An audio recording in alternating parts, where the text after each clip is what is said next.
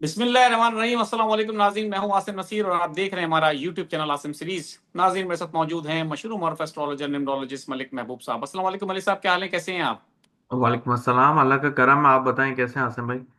अल्लाह का बड़ा करम मलिक साहब। और वीडियो के आगाज में हम दरखास्त करेंगे उन लोगों से जिन्होंने अभी तक हमारे चैनल को सब्सक्राइब नहीं किया, तो बराए मेहरबानी उसे सब्सक्राइब भी कर दें। मलिक साहब, कल हमने आपके साथ एक वीलॉग किया था और भारत ने पाकिस्तान को धमकियां दी थी जंग के हवाले से। और पाकिस्तान की तरफ से अब जवाब आया है, ना सिर्फ सिक्योरिटी जराए जो है हमारे अस्करी जराए उन्होंने जवाब दिया है, बल्कि पाकिस्तान के जो वजीर दिफा हैं ख्वाजा आसिफ साहब, उनकी तरफ से भी जवाब आया है। और ये वही माहौल मुझे याद है अच्छी तरह से, अभी 2-4 महीने पहले की बात है, वही माहौल है मई के महीने में जो हुआ था, वो सेम माहौल है।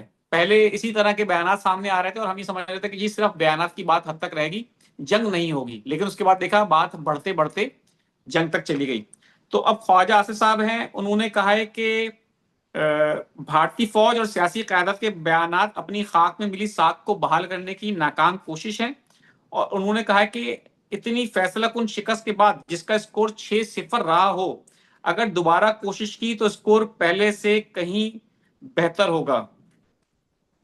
और साथ में तर्जुमान है पाक फौज के, उनका बयान है कि भारतीय जहारियत ने दोनों एटमी कुव्वतों को, एटमी ताकतों को जंग के दहाने तक पहुंचा दिया था पहले भी। और भारत शायद पाकिस्तान के दूर तक मार करने वाले हथियारों की तबाहकारियों और अपने तबाहशुदा लड़ाका हथियार तैयारों को भूल गया है। वो याद दिला रहे हैं कि जो हमने पहले किया था। तो उनका साथ में ये भी कहना है कि अगर जंग का नया दौर शुरू होता है, जो बहुत इंपॉर्टेंट बात है, कि अगर जंग का नया दौर शुरू होता है तो पाकिस्तान पीछे नहीं रहेगा। हम पूरी कुवत और पुख्ता अज़म के साथ किसी किस्म की हिचकिचाहट या पाबंदी के बगैर जवाब देंगे। और साथ में एक आखिरी जो स्टेटमेंट है बड़ा इंपॉर्टेंट, तो उन्होंने कहा है कि भारत की तबीयत दोबारा ठीक करनी पड़ी तो कर देंगे। अब ऑपरेशन सिंदूर जैसा काम करने की कोशिश की तो सारे शिकवे दूर कर देंगे। हम जानते हैं कि भारत को किस तरह हैंडल करना है, पहले से ज्यादा बेहतर इलाज किया जाएगा। जो कल आपने बात की थी ना कि अगर पाकिस्तान और भारत की दोबारा से कुछ सिलसिला शुरू होता है तो पहले से ज्यादा खतरनाक सूरत हाल होगी, डेफिनेटली सेम बात हुई है। तो आप क्या समझते हैं, आपको क्या नजर आ रहा है? ये बयानात जो है बहुत अब आहिस्ता आहिस्ता बढ़ते चले जा रहे हैं, तो क्या कहेंगे आप? सितारे क्या नजर आ रहे हैं आपको? देखें सर, सितारे नजर आ रहे थे तभी मैं आपको 1-2 महीने से बोल रहा था कि अल्लाह करे ऐसा ना हो। और मैं अभी भी यही बोलता हूँ, क्योंकि देखें जो सितारे दिखा रहे हैं, अगर मैं आप लोगों को यहाँ पे खुल के बताना शुरू कर दूं तो फिर आप यही बोलेंगे कि मैं सिर्फ डरा ही रहा हूँ। डराने की बात नहीं है, मैं ये आपको बता रहा हूँ कि जो हालात आने वाले हैं वो संगीन है। और इसमें कोई दो राय नहीं होगी कि अगर खुदा ना खास्ता जरा सी भी चिंगारी भड़की तो ये जंग बहुत फुल फ्लैज लेवल पर होने वाली है, जिसमें टैंक्स आपको जो फौजें हैं सरहदों पे, ये सब नजर आएंगे। अभी तो मिसाइल चल रहे थे, क्योंकि अर्थ एलिमेंट जब एक्टिव होता है तो वो कुदरती आफात जैसे जलजलों के अलावा मतलब जमीन के ऊपर फिजिकल वॉर को भी वो दिखाता है।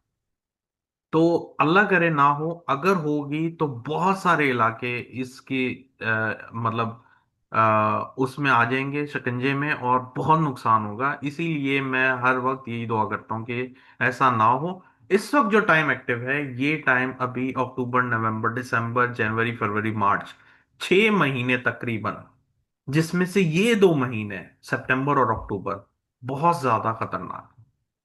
इसमें कोई ऐसी जो है शरारत जो है भड़क के, मतलब जैसे पहले हुआ था एक छोटी सी वो एक फॉल फ्लैग के ऊपर उन्होंने हमला कर दिया था, अगर ऐसी कोई हरकत होगी तो बहुत भयानक रिजल्ट है। मेरी तरफ मतलब मेरी साइड से ऐसा कुछ भी नहीं है कि ये हो, लेकिन जो सितारे दिखा रहे हैं वो यही दिखा रहे हैं कि हम Aahista Aahista Aahista third world war की तरफ जा रहे हैं। अगर ये थर्ड वर्ल्ड वॉर हो गई तो पाकिस्तान जो है बहुत ज्यादा इंटेंस पोजीशन में होगा। और ये इंटेंस पोजीशन इसी वजह से क्योंकि अभी जो हमारे राब्ते अमेरिका से हुए हैं, हमारे राब्ते चाइना से भी हैं। तो आप अगर स्ट्रेटेजिक पार्टनर के हिसाब से देखें तो जाहिर है अगर वॉर में हिस्सा लेना है तो किसी एक पार्टनर को हमारे साथ उतरना पड़ेगा, और इस वक्त तो सऊदी अभी हमारे साथ। सो अगर आप देखें इंटरनली तो मुझे लगता है कि भारत पहले से ज्यादा बुरे हालात में। पहले उनकी मार्स की दशा एक्टिव नहीं थी। मार्स मैंने आपको पहले भी बताया था कि वो बिला वजह जंगे खोल के फिर सोच में पड़ जाता है कि मैंने ये महाज क्यों खोल लिया। और इनकी वही मिसाल है, ये जानबूझ के स्टार्ट करेंगे और फिर इनको रियलाइज होगा, जैसे पहले हुआ था, कि भाई हमारे पे जितने मिसाइल आए हैं हम इसको इसकी ताब नहीं ला सकते। और यही चीज वापस होगी, इस दफा ज्यादा खतरनाक होगी। तो कहने का मकसद है कि अल्लाह करे हम एक सैलाब के मसले से अभी अभी फारिग हुए हैं। अभी गिजा का मामला अलग आएगा, खाने पीने के अशिया में मसले होंगे। तो अगर खुदा ना खास्ता ऐसे जंगी हालात हो गए तो पाकिस्तान बहुत पीछे चले जाएगा। No doubt we can win, we can easily win. लेकिन जो इंटरनल इश्यूज हैं, जो इंटरनल स्ट्रक्चर्स हैं, इंफ्रास्ट्रक्चर्स हैं, ये पहले हम नहीं पूरे सही से बना पाए। अगर खुदा ना खास्ता ये डैमेज होंगे तो फिर मैंने आपको पहले ही बताया हुआ 2026 ऐसा साल नहीं है जिसके अंदर हम लोग इजीली सरवाइव कर जाएं ड्यू टू वाटर प्रॉब्लम्स। तो जो पानी के मसले होंगे और इंफ्रास्ट्रक्चर डैमेज हो गया खुदा ना खास्ता मजीद, तो बहुत मसले होंगे सर। तो इससे मैं इसीलिए आप सबसे जितने भी व्यूअर्स हैं उनसे गुजारिश है कि दुआ करें इस चीज से हम इसके करीब भी ना जाए। मलिक साहब, आपने ये जो जुपिटर जो है वो गालबन कैंसर में ट्रांजिट कर रहा है जी, 16 तारीख को वो कैंसर 16 में जाने तारीख को। वाला है। तो ये प्रेडिक्शन को, इस चीज को देखकर आपने ये जंग के हवाले से बात की थी, लेकिन आप तो 2 महीने पहले से बात कर रहे हैं जी, कि अक्टूबर नवंबर आपको लग रहा है खतरनाक किसी हद तक जंग के हवाले से, और हमने देखा कि जैसे अक्टूबर का महीना शुरू हुआ है तो ये बयानात बहुत शदीद नौयत के होते चले जा रहे हैं जैसे पहले थे। तो कौन से ऐसे सितारे हैं जिसके साथ लग रहा है कि आपको जंग के लिए मैदान तैयार हो रहा है? सर सितारे एक्चुअली तो ट्रांजिट के आपको पहले से पता चल जाते हैं। अगर आप ट्रांजिट चार्ट देखें तो आज से हम 2 साल बाद का भी बता सकते हैं। लेकिन शर्त यह है कि टाइम टाइम ऑफ बर्थ बड़ा इंपॉर्टेंट है। अगर टाइम ऑफ बर्थ खराब है तो फिर डिस्टरबेंस होगी, इवेंट में आगे पीछे हो जाएंगे। ये जो आप सवाल कर रहे हैं ये इसलिए बता रहा हूँ क्योंकि सबसे इंपॉर्टेंट बात, मार्स इंडिया के जायचे में रिसेंटली 7 अगस्त को एक्टिवेट हुआ है या सितंबर में। सितंबर को जब इक्लिप्स आया था, लूनर इक्लिप्स, मुझे अच्छी तरह से याद है। उस टाइम पे मार्स की मेजर दशा एक्टिव हुई थी और मार्स का काम ही लड़ना है। इसीलिए मैं आपको उस वक्त से बोलते आ रहा हूं कि ये जो अब इंडिया ऐसे महाज खोलेगा जो किसी ने सोचे नहीं होंगे। और ये सिर्फ पाकिस्तान के साथ नहीं करने वाला, ये सब ममालिक के साथ करेगा जो भी इनकी नेबरिंग कंट्री में आएगा। क्योंकि उसको सुकून नहीं आएगा जब तक वो लड़े। उसकी जिंदगी में ही सुकून नहीं है, वो लड़के ही सुकून में आता है। बेशक वो हारे जीते वो एक अलग कॉन्सेप्ट है।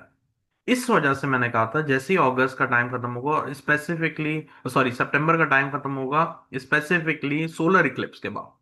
सोलर इक्लिप्स जैसे मैंने आपको पहले भी बताया है कि सोलर इक्लिप्स एक ऑन ऑफ का बटन है जो कि चीजों को स्टार्ट या खत्म कर देता है। तो ये चीजें ज्यादा इसलिए स्टार्ट हुई हैं। जो जुपिटर की ट्रांजिट है वो जैसे ही कैंसर में जाएगा तो वो जिस ट्राइन में आएगा वो चीजों को और ज्यादा जो है, यूं समझें कि ओवर एक्टिव, ओवर एम्बिशियस कर देंगी, जंगों की तरह। बिल्कुल ठीक है मलिक साहब, अब मैं चाहता हूं आखिर में कुछ सवालात ले लेता हूं। जी, अब्दुल रहमान साहब हैं जिनकी डेट ऑफ बर्थ है 14/8/1996। वो सवाल उनका ये है कि जॉब चेंज करनी चाहिए या नहीं, अपॉर्चुनिटी अच्छी ही मिल रही है इस वक्त, ऑलरेडी जॉब कर रहा हूँ, 3 साल हो गए हैं, स्विच करनी चाहिए या नहीं? ऐसे नहीं पता चलेगा, जायचा देखना पड़ेगा। नंबर्स में आपके नंबर अच्छे हैं लेकिन आने वाला टाइम डिफिकल्ट है, सो बी केयरफुल। बिल्कुल ठीक है। मोहम्मद यामीन साहब हैं, 2 मई 1975 डेट ऑफ बर्थ है इनकी। सवाल उनका ये है कि मेरे हालात कब तक ठीक होंगे और मुझे हेल्थ इशू भी हैं, प्लीज बता दें। टाइम लगेगा सर, कम से कम चार, बिल्कुल 3 4 साल। अगर मैं ये बोलता हूँ टाइम लगेगा तो इसका मतलब आप समझ जाएं दबे लफ्जों में दूर की बात कर रहा हूँ। आपको सही, डिस्करेज करने के लिए नहीं बताता हूँ। बिल्कुल सही है। अब्बास अली इस्माइल हैं, 9 सितंबर 1983 इनकी डेट ऑफ बर्थ है। काम के हालात बहुत स्लो हो गए हैं, कब तक बेहतरी आएगी? सर काम के हालात तो पूरी दुनिया में स्लो हो गए हैं, अलबत्ता आपके जायचे में देख लेता हूँ। सितंबर के बाद से चीजें सही होंगी आपकी, ये जो अभी गुजरा है सितंबर। ठीक है। मोहम्मद सिक्तैन हैं, 11 दिसंबर 1997 डेट ऑफ बर्थ है। 2 जगह सर्विस के लिए अप्लाई किया है, अ, और किया है हॉस्पिटल में और दूसरी कस्टम में। कहाँ ये होगी, कौन हॉस्पिटल, सी? अगर ये हॉस्पिटल में चले जाएंगे इनकी लाइफ सही हो जाएगी, कस्टम में इनके ऊपर बहुत प्रॉब्लम्स आएंगे। वो यही पूछना चाह रहे थे आपसे। थैंक यू मलिक साहब। हम्म। अच्छा, ठीक है। और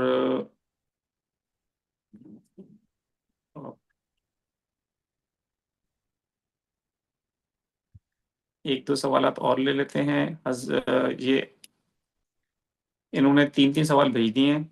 अच्छा, नादिर अली हैं। इनकी डेट ऑफ बर्थ है 2/5/1978। मुलाजमत के हवाले से मसले मसाइल हैं। पहले भी 2 दफा नौकरी इनकी खत्म हो चुकी है, और अब जो कर रहे हैं उसमें भी कुछ मुश्किलात हैं, उसके हवाले से पूछ रहे हैं। केयरफुल रहें और थोड़ा सेंसिटिव कम हो, चीजें सही हो जाएंगी, थोड़ा टाइम लगेगा लेकिन जरा केयरफुल रहें। बिल्कुल ठीक है मलिक साहब। बहुत बहुत शुक्रिया हमें वक्त देने के लिए। नाज़रीन, यहाँ हमारे वीलॉग का वक्त खत्म हुआ। मुझे और मलिक महबूब साहब को दें इजाजत। आखिर में हमारा वही पैगाम है, मुस्कुराएं, प्यार बांटें और अपने आसपास के लोगों का ख्याल रखें। अल्लाह हाफिज।